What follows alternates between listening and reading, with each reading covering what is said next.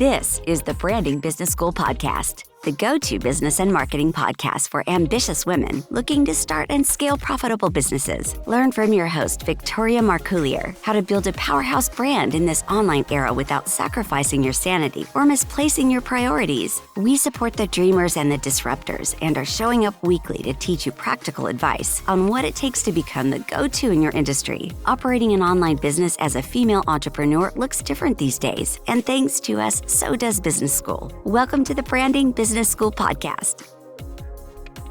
Hey guys, welcome back to another episode of the Branding Business School Podcast. Today's guest is Chelsea Flower, the founder and CEO of Scott Social. Scott Social is a boutique social media marketing agency that helps brands turn their online presence into something strategic, engaging, and actually worth paying attention to. Chelsea has always lived at the intersection of creativity and business, and she jokes that she has been blending art and entrepreneurship since the days when lemonade stands were her main source of income. And that same mindset eventually evolved into Scott Social. Today, her agency works with businesses across the country, helping them elevate their social media through everything from thoughtful content creation to authentic community engagement. I am so excited for this conversation. Chelsea, welcome to the show. Thank you so much for having me. I've been looking forward to this all week. All right, so something tells me that this is going to be a very popular episode because I know that my listeners love themselves some social media. It's one of the fun parts of owning a business, at least in my opinion it is. So before we get into the social landscape for 2026, I want to hear your story. Like, what led you to building your own social media marketing agency? I love starting here because my story is so important to what we became today. I left college and knew that I wanted to go into social media. So I worked at two different boutique social media agencies and marketing agencies. And from the beginning, saw a lot of misalignment that didn't quite sit well with me. I found that the agencies I was working for were oftentimes giving social media to businesses for free because they were paying for other services. And so we barely had any time to do good work on social. And where that ended up was purchasing followers, purchasing likes, purchasing comments, and even hiring bots to man the accounts. It didn't work, as you can imagine, for these businesses. It left with no meaningful results.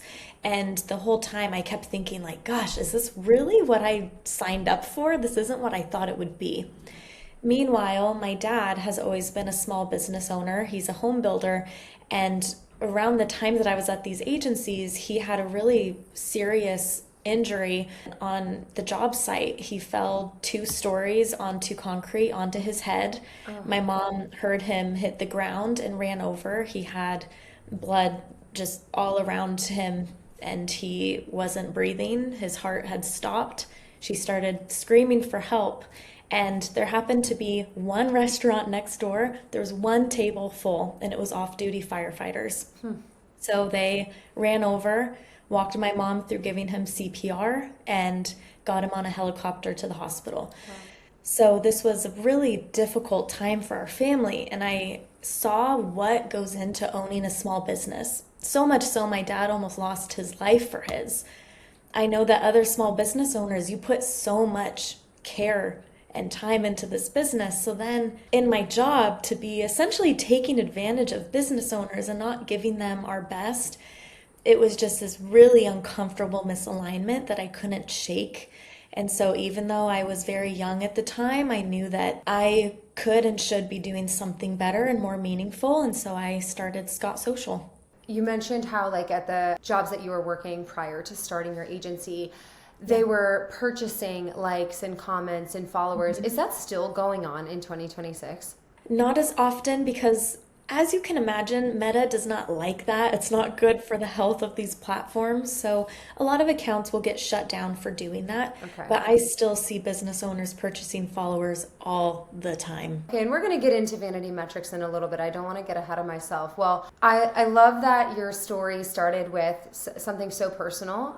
You saw how much your dad poured into his small business. And I know that you give your business the same level of care and attention and I've been admiring your business from afar the last few months. We got connected through another podcast interview, actually, and I just really respect the way that you've built this agency. And I want to talk to you a little bit more about what it looked like building something of your own. So you were, if I'm not mistaken, you were in your early 20s when you started your business. Like, what did the business look like then compared to what it looks like today? Yeah, it could not be more different then versus what it is now. At the time, I was traveling around the world. I would say I was really living a nomadic lifestyle. Should I have even had an apartment at the time? Maybe not. I was hardly there. And so for me, freelancing through Scott Social, through my company, was the ticket to seeing the world and having the ultimate flexibility. So for many years, it was just me. And over time, though, we started getting a lot of referrals, and I started to realize I can't handle this all on my own. It's either I need to start saying no to things, or I need to start building a team. Mm-hmm. I had a lot of underlying fears about building a team because of where I had worked prior. I was really anxious about creating what I had just came from. And so I do think if I hadn't have had those limiting beliefs, I may have even started it sooner. That was a really big hill for me to get over. Let's talk about that, because I'm sure there are people listening that can resonate with that. I had a similar start to my business where I was freelancing under the name Brandwell, and I started getting more inquiries than I could handle. And I was also pregnant with my first baby at the time, and I realized, like, it's do or die here. I either have to figure out how to replicate myself, or I have to raise my prices drastically, or I have to just start saying no. And I did decide to go the route of hiring, and I remember all those fears very clearly. So tell me, what specific fears were going through your mind when it came to hiring? My biggest fear was that I'm young, I'm a bit inexperienced, I've never managed a team by myself before. I don't want to be a bad boss. I don't want to have a toxic work environment. I want people to have the freedom and flexibility that I get to have through working remotely. Ultimately, how I had to get past that fear was just by saying, I can do things differently, and I need to trust that my instincts, my gut feelings about things, like I can do this differently. And I will say today, we do things at least much differently than where I came from. And so I was able to bring that into fruition. And when I see other friends who are going through those same time frames of just having so much fear and limiting beliefs, they always make it through. And the thing they were afraid of never matters because they were so focused on it. They put a game plan into action and suddenly it didn't matter. So I think just being fearful of it in itself means that your attention is already on that issue, so it doesn't become one in the first place. Yeah, that's great insight. And our negative experiences prior to building a business, I think, inform our decisions so much more than even our positive ones.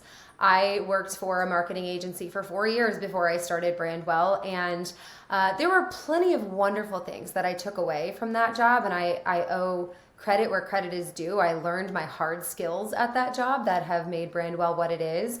But there were plenty of things that I learned of how I don't want to manage my team, or decisions I don't want to make in my business that maybe prioritize profit over the people. And those negative experiences, I was way more adamant about like sticking to my values when I did eventually start my business because of that, because I knew what it felt like. So I think that it's not a bad thing to have some negative work environments, some toxic work cultures in your experience before you start a business, because you will do things differently. So I love that you were able to eventually break past that limiting belief, as you called it, and hire a team. Tell me about those early days when you did have a team. Like, who was your first hire? Not the name, but like what position did you first hire for, and how did it go? Yeah, the first position I ever hired for was just help with getting the social media content out there. Community management takes up a lot of time, responding to comments, and that's the first thing I needed to get off my plate.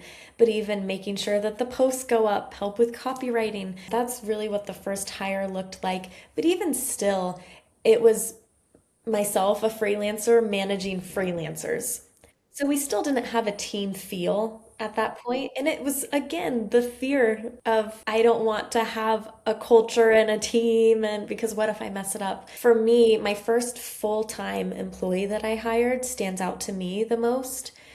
Her name is Angela, and she's not with us today at Scott Social, but oh my gosh, what an impact she made on our agency. It was the first time that I saw, like, this is the culture I want. Like, I want to make this person so happy and invest into them and see them grow. And that's really what changed everything, was seeing the beginnings of this culture that I didn't know was possible. You mentioned that you were really young, and that played into some of your fears around hiring a team and starting a business in general. Did you ever feel like you had to work harder to earn respect because of your age? I did, and it's something I used to be really self-conscious about.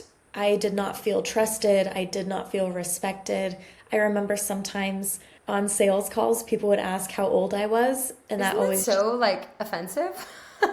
Yeah, it was always just like a knife in the stomach, in the heart, every time someone asked this. And I guess looking back, I don't actually think that it was about my age. I think that it was about a lot of little factors like my confidence.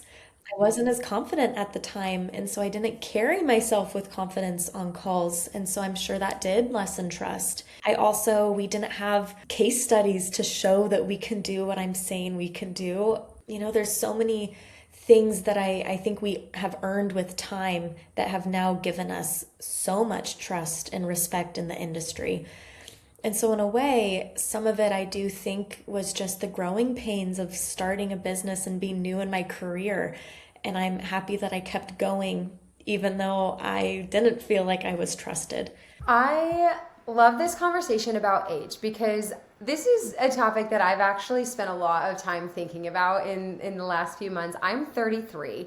And I, over the last couple of years, like had felt like, oh, my business has peaked. Like I've already reached my full potential. Like we can only go down from here. And then I started hanging out with different groups of people. I started getting in different rooms, and I started working with a business mentor who was 10 years older than me. And then I got kind of connected to her audience, and they were all, in their 40s. And all of a sudden it was like my little small world view was opened. And actually, I want to read this. So I think this is really good. This was posted by a social media account. So I have no idea if this is fact or fiction, but I'm going to go with it because it really encouraged me. Average female career pivot, 39 years old. Average female entrepreneur starts, 42 years old.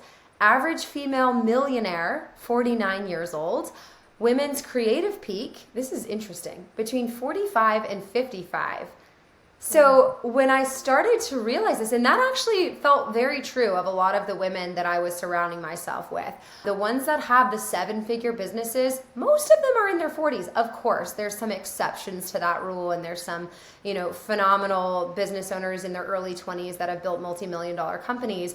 As a 33-year-old, I feel like the sky is the limit. I feel like I'm just getting started. Even though I've owned my business for almost a decade, there's so much room to grow and to learn, and to even the things that you just touched on, that a lot of times it's not actually about age. That's not what earns you respect in business. It's about confidence. It's about being able to show proof of your marketing message, having those case studies, having just the years in the game where there's really no scenario that you haven't been there, done that. And that's what actually builds, I think, true confidence, in my opinion. So I hope that encourages you too, that we're just getting started. There's so much potential still to come. But I want this episode to really encourage maybe that younger listener who feels like everybody is 10 steps ahead. That's okay, because age is just a number.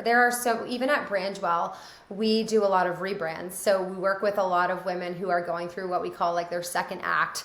Some of them are in their late 50s, their early 60s, and I find that so encouraging that I could have 3 more decades of learning and growing and gaining momentum with my business. So age is truly just a number. I want to say too, I turned 30 in 2 weeks now. So probably by the time this airs, I will be You'll be 30. Right in my 30s. And I am just so thankful for my time in my 20s because I feel like it has just given me so much experience and there are so many hard moments, and I love that I got to have all of those because now looking into this next decade, like you said, I feel like it's go time. Yeah, and being in your 20s, I was in my early 20s when I started Brandwell too. I think I was 25 when I started my business. There's something so powerful about the kind of optimism that you have when you're young. Like, you don't always know what is supposed to be hard yet. And I think that works in your favor in the early stages of entrepreneurship. Would you agree? Absolutely. There's kind of you have less, I think in a sense, you're kind of fearless in a way. Of course, there's some limiting beliefs, but you're also just like, what could go right and what could go wrong? I don't know. I'll figure it out. Right. Was there ever a moment for you, like now that you've been in business for more than a decade, where you look back and you think, like, if I had known how hard this would be, I might not have done it? Never. I've known that I would be an entrepreneur since I was very young. Throughout high school, throughout college, it was just me counting down the days until I could say I'm my own boss. So I would choose this over and over again. Yeah. And it is hard, but I feel the same way. I would choose it over the other type of hard, right? Exactly. Yeah. Okay. But I do think starting a business young can really work in your favor. In my opinion, naivety is your competitive edge these days to not know how hard things can be and how much can go wrong. It's like being blissfully unaware, right? Yes. And it's kind of beautiful. Yeah, it is. You built Scott Social on the manifesto that aesthetics and metrics do actually mix. And if you want your social media channels to be more than just pretty, they should mix, right? So what were some of the early lessons that you learned about marketing on social media that shaped that philosophy and how you've built Scott? So when I first started working in social media, aesthetics were the only thing that mattered on Instagram. You could build a massive and engaged following just off of aesthetics alone. But then around 2018, 2019, that's when that highly curated aesthetic began to feel very saturated. That's around the peak of when every coffee shop was newly renovated. There were Instagram spots around town where people would go and take photos. It was just everywhere. And when something is everywhere, it becomes less interesting. And so when I started Scott Social, almost all social media strategists and agencies at the time were still prioritizing aesthetic content. And I knew that we could really have a leg up by saying, okay, yes, aesthetic matters, but this matters a little more. We need to start working our way toward the metrics. And in the beginning, I spent so much time on sales calls just educating people on why that was and trying to separate them from their attachment to just the aesthetic Instagram that they know and love. Do you feel like, this big push for everything to be so aesthetically pleasing, where that became the new standard, like that became what you expected, especially of the businesses, the vendors that you were doing business with? But then it started to create like a little bit of skepticism amongst consumers because everything was so curated. We started to question whether or not it was reality or not. Did you ever see that shift happening online? That is absolutely true. And even today, there's evidence to show that if someone uses a filter when they're filming an Instagram story, people trust it less. There are more views on videos of people without any filter on their faces. And so this is not just opinion, it is so scientifically researched. Like, this is proven. Yeah, because I think people look at it and they start to think like, is this actually a great business, or do they just have a really great social media manager, right? Like, aesthetics alone is no longer enough, particularly, the higher ticket your offer, the more trust required in that buying process, the longer the decision-making process is for that. So I think the brands that really win are the ones that know how to pair beautiful visuals. I still think they matter, but with substance, with unique brand positioning that's clear, and they have their own point of view and expertise that they can actually bring to the table. Exactly. There has to be a merging of the two. We have to have aesthetics in this brand and beautiful things with true strategy and resonance. You've worked with so many brands across so many different industries. When you look at social media today, compared to, we talked about the rise of aesthetics in like 2019, 2020, but like compared to even just the last couple of years, what are some of the biggest changes that you think business owners should be aware of now? Yeah, I think that a lot of people get caught up in what the algorithm is doing and what does our grid look like on Instagram. But today, social media is all about emotion. It's about bringing someone to feel something. That doesn't have to be sadness or inspiration. It can also be making them laugh. It can be making someone feel passionate about something. The best performing brands on social media drive someone to emotion. And one of my favorite examples of this is the Pepsi paradox. Have you heard of this? I have. It's a phenomenon where consumers overwhelmingly prefer the taste of Pepsi. If you were to blindfold all of your listeners and put a can of Pepsi and Coca-Cola in front of them, they will choose Pepsi. Yet, if you then take off the blindfold and said choose one of these cans, more people are going to choose Coca-Cola. The reason being is that branding and marketing have so much power in our buying decisions. It's not just about the product itself. If you look back at Coca-Cola's branding and marketing, you see a lot of nostalgia. You see campaigns that have stuck with people for a long time, like the polar bears sliding down the snowy hills. You might think of the vintage Santa. Britney Spears. Yeah, exactly. Share a Coke. The memories of Coca-Cola are in our brains next to memories of our kids being born and of our wedding day. And again, this is an opinion. This is scientifically studied time and time again. Brain scans show that Coca-Cola lights up people's brains in a way that Pepsi doesn't. And so if you apply this to your own business, how can you, if someone were hooked up to a crazy machine and you could see the brain scan, how would your business get their brain to light up? I love the Pepsi paradox because it is further proving the point that people make decisions based off perception, not reality. And that's what we talk about when it comes to website design all the time. It's like, listen, we know that you have this phenomenal business that you've built. We know that you're grossing $1 million in revenue at the end of the year. But somebody landing on your website for the first time doesn't know that, because this is signaling early stage all day long, right? And people are going to make decisions off of that perception in the same way that they're going to, prefer the taste of Pepsi in reality. But the perception, because of the branding of Coke and the nostalgia tied to that, they're going to choose that. So their decision was actually made off of perception, not the reality of the one that had the better flavor, which I think is just so fascinating. Okay, but speaking of that, we know that perception is something that happens in a moment, in an instant. So does the grid matter? It depends on the industry. For example, with an interior designer, or maybe it's a coffee shop that is really aesthetic and beautiful, you want people to see that right off the bat. The grid should match the vibe that you see on the website. And yet, if we only look at the grid, the posts are going to fall flat and no one's going to see them anyway.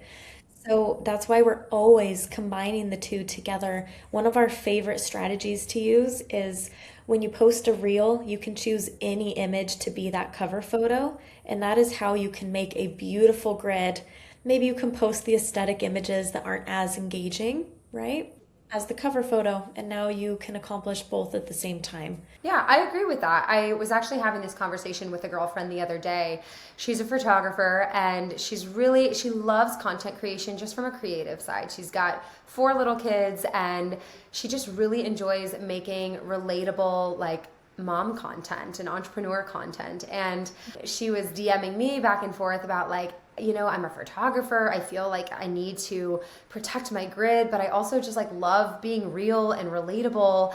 And we started getting into the psychology of why businesses are on social media in the first place. Like, I know for me, Brandwell has a social media presence because I want that to be yet another channel that helps people choose Brandwell as their brand and website design agency, right? Like, I am on social media for the purpose of selling at the end of the day. Now, are there so many other byproducts of that? Like, have I made so many connections? Have I been able to interview so many women that I found through social media? Absolutely.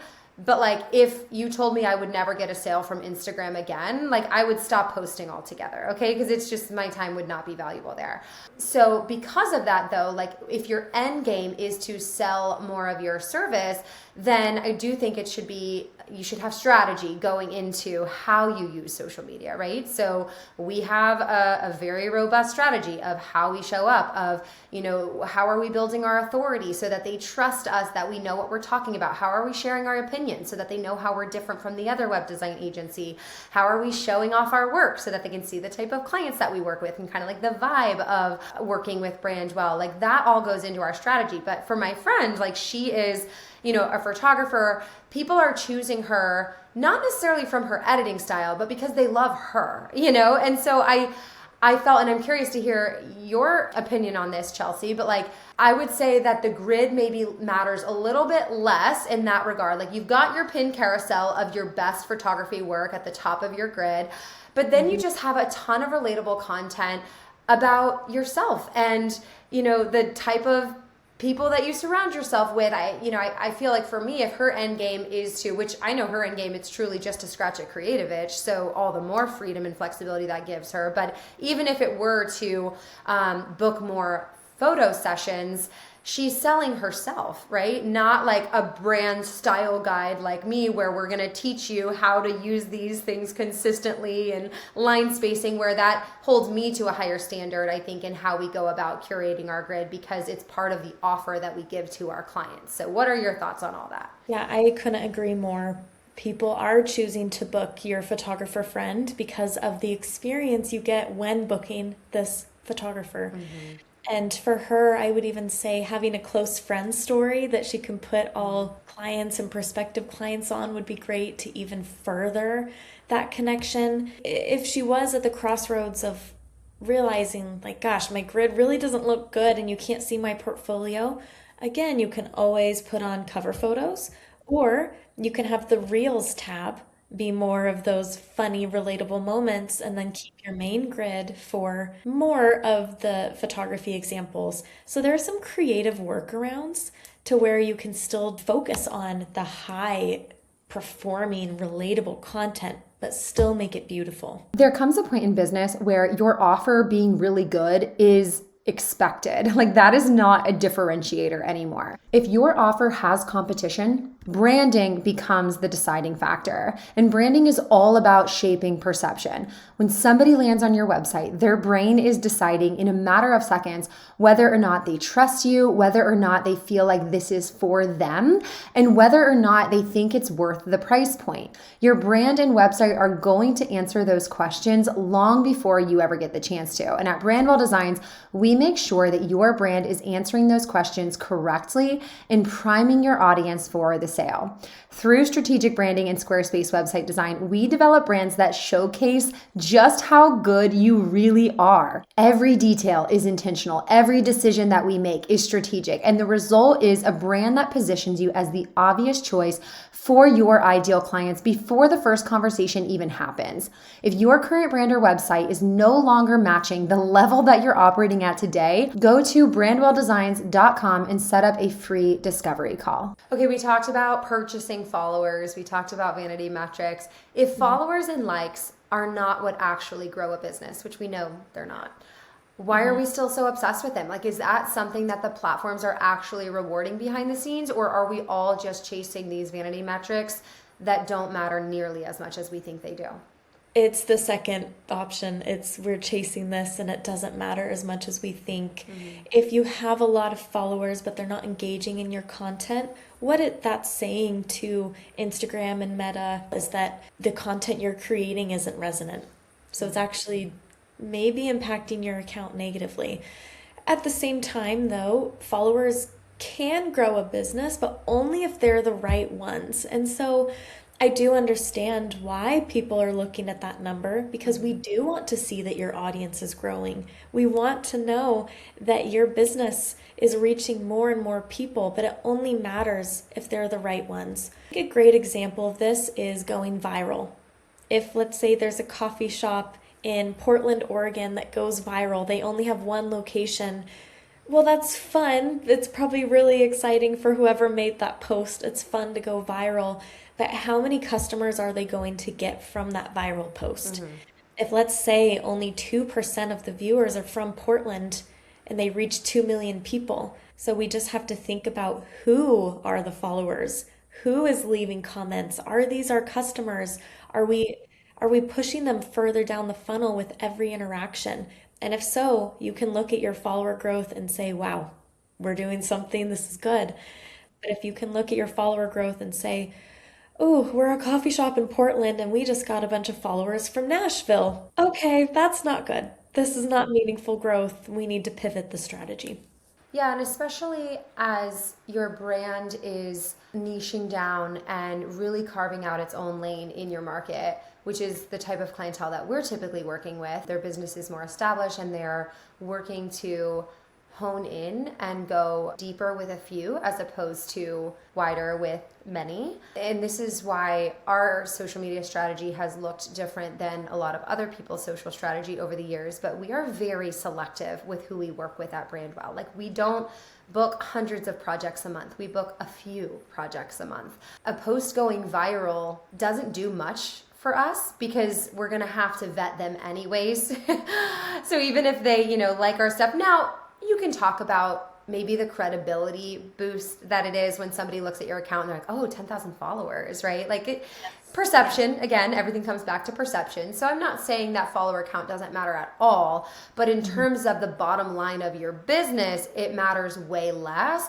And that's why it's never been something that I have spent a lot of time and effort like trying to go viral. I think in 8 years of being on social media for Brandwell, we've gone viral like 3 or 4 times. And I'll tell you, it's never produced a client.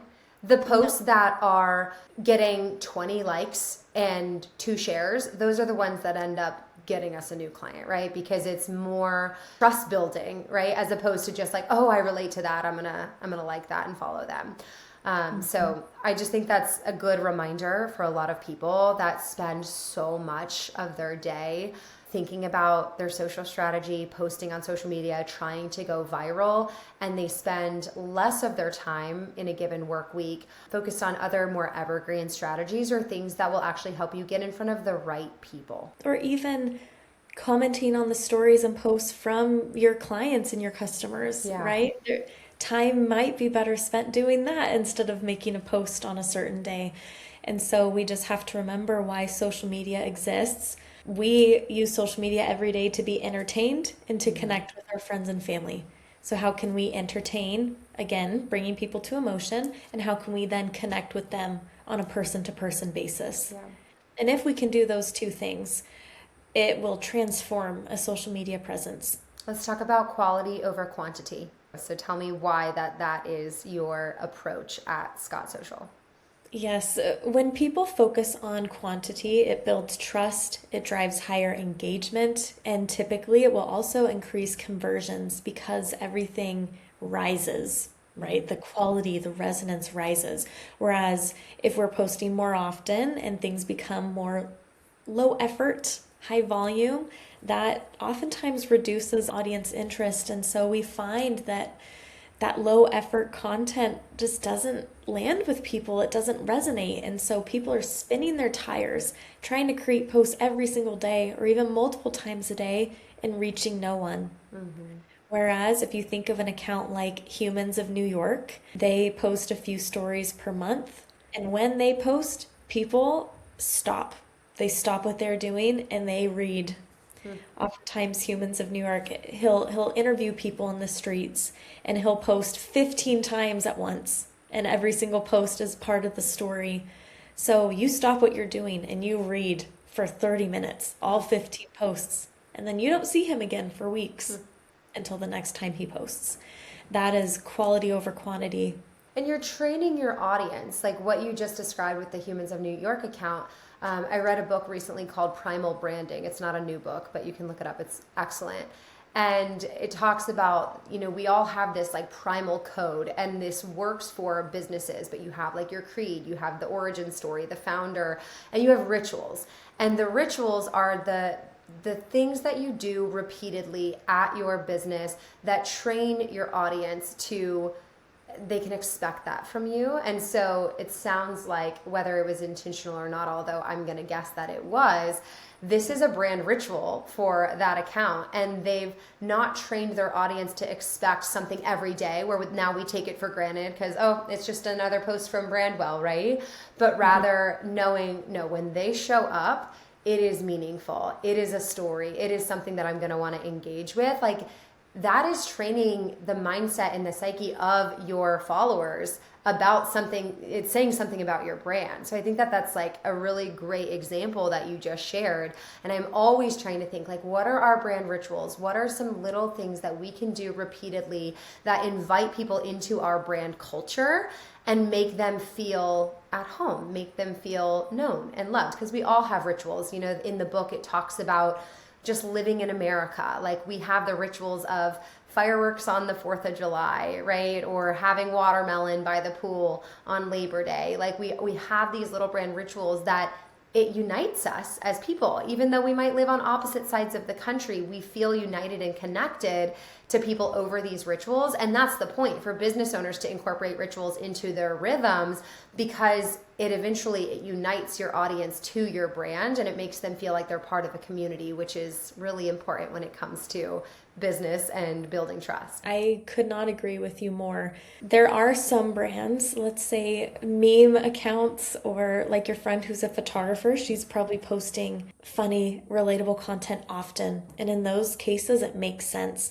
But for a lot of brands, it's just not doable, and it's not what will land at the end of the day. I want to give an example of one business we work with, because it is so far from what anyone and your listeners will view as a good social media strategy. His name is Gus, and he is a custom home builder. And around 4 or 5 years ago, he had a stroke and could no longer work. He had to learn how to walk and talk again. Let's say maybe a year after that, he gave me a call. And even him being on that call was difficult. It was still hard for him to talk, but he was telling me all of our pipeline has dried up. We don't have any leads coming in because people don't know I'm working again. They don't know that I'm leading my team again. What do I do? And what we found out is that almost all of his previous business came from referrals, and almost all of his clients, previous ones, follow him on Facebook. So we came up with a strategy to post 1 time per week on his personal Facebook page, and that is it. If you put this anywhere in an article advising people to post 1 time per week on their personal Facebook, people would say, okay, you're crazy. And in a lot of cases, they're right. For him, it has helped him to make a full recovery of this business. That is one client where we disregard aesthetic entirely. We even go back through captions and make grammatical errors and format things strangely because we want people to believe it's him. We can have a beautiful graphic because they would know, hey, that's not Gus. Gus does not know how to do this. But it works. And we've been working with him ever since. I think we're going on 3 or 4 years. I love that story. I think that's awesome how you go back in and you even put like intentional typos in there so that it's believable. And that's true on the other end of the spectrum too. Like, if you're running this high-end business and you are charging premium prices, like, you can say premium all day long, but if your graphics are signaling early stage, it's not believable, right? And the brain trusts the visual signals more than it trusts what you say about yourself. Let's talk about that for a minute. You sent me an email a couple of weeks ago. The subject line was quote from our graphic designer. And I didn't really know what was going to be inside. I was thinking like it was an invoice. And then I opened it up and you had just copy pasted a handful of quotes from your graphic designer who had been working with a client that we had the privilege of working with. We'll call her Betty to keep it anonymous. But one of the quotes read, Betty has been my new favorite design client. I don't know why, but there's just something about this that's really fun. I think we are set up really well with the branding. What we have to work with is so good. It just works. And then another one said, I would say the number one issue with luxury or boutique brands is that the branding doesn't feel like luxury at all. Whereas with Betty, it already feels custom. It already feels luxury. It just clicks. So first off, this made my day that you, as the busy CEO and founder of this company, took time to send me an unprompted email and put these quotes in there just to build me up and say hey, your team did a great job. But it's also so validating to something that I've known to be true for a long time, and that is that branding makes every marketing dollar you spend work that much harder. I have a headline on my website somewhere that says every marketing dollar you spend is only as good as the brand and the website that it leads to. So speak to the social media piece of this. What role does branding play in a social strategy? It plays a huge role. It's hard to even explain how important it is. Branding really is the heartbeat of a social media strategy, and it can take a brand from generic to one that is recognizable, trusted, and engaging. At this point, we actually don't work with brands anymore that don't have a good branding guide or clear brand positioning, which is why the client you're calling Betty. That's why we sent Betty to you. We knew that we could not get good results with this client unless they went back to the drawing board and had a new brand created. Now today, my graphic designer continues to talk about this brand every week. He's having so much fun taking your vision and bringing that over to social media. It's not only enjoyable for us, it's going to provide great results for them. So nowadays you vet clients like that. You don't take on clients because marketing without a brand is just an uphill battle. But looking back on the earlier days and probably to what led you to make that decision why you're not working with clients like that, what was it like working with a business where the marketing just wasn't landing, but you knew that the real issue was that there was no clear brand positioning? How do you navigate that with a client? Yeah, at the time it was really difficult because I think in the early days I was nervous. It felt like stepping outside of my lane to tell someone that their branding was the issue. During my freelance days, I don't believe that I was honest with clients from the beginning. And so we would start marketing and it wouldn't work. And then we were having a conversation months after the fact instead of in the beginning. So now we tell clients right off the bat what problems we're seeing. Even recently, we had a brand reach out. They're a beverage brand. And as I was looking at the packaging, it looked very masculine. And the brand imagery was women in little bikinis sitting by the pool, very muscular, sitting next to men who were really muscular. It looked like maybe a club or a dating app. Yet when we got on the call, I learned that their target audience was women in their 20s and 30s. Yeah. Victoria, you would never look at this brand and say, yep, that's my new favorite beverage. You probably look at Olipop and Poppy and LaCroix. And so I was honest with them and they did not agree with me. They were actually pretty defensive about it. And it is what it is. And I would do it over again, because I think that businesses deserve honesty, and maybe once they launch, they'll see that this is something that they need to work on. I just know as an agency, we can never be successful. We would never be able to grow that brand or even have success in ads with the branding the way it was and unclear positioning. Okay, I want to close out this awesome interview with a rapid fire Q&A. So I want you to try and answer these questions in one sentence or less if you can. And we're going to whiz through them, but I think they're burning questions a lot of people have about social media. Okay, let's do it. Okay. If someone is blaming the algorithm for why their content isn't performing, what are they probably missing? The algorithm is not some nefarious set of code in the background of Instagram. It's merely a reflection of your target audience's interests. So you need to stop creating content for the algorithm, create content for your customers. What is the hard truth about social media that most business owners don't want to hear? That no one is going to care more about social media than you do. So when you start passing it down to your team or even hiring an agency, your team's involvement, even for a few hours per month, is going to make a huge difference. Do you think most businesses have a social media problem, or do you think they have a positioning problem? Almost always it's a positioning problem. If someone has been posting consistently for a year and it's still not working, what's the first thing you would tell them to change? Reconnect with your story and the emotional side of your followers. If you could erase one piece of social media advice from the internet forever, what would it be? The worst piece of advice right now is to automate everything using AI because it strips away the personality. So do not lose your personal connection to your marketing. It's the kiss of death.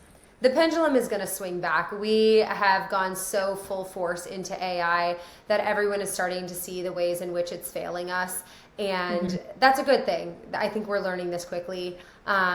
I really do believe that human touch is the new luxury now. If you're going for a high-end brand, use AI less and less and less and put your own thoughts into that caption. That is something I'm challenging myself to do as well, because I know how it feels to read something and be like, man, everybody is saying the same thing. We're all using the same phrases now.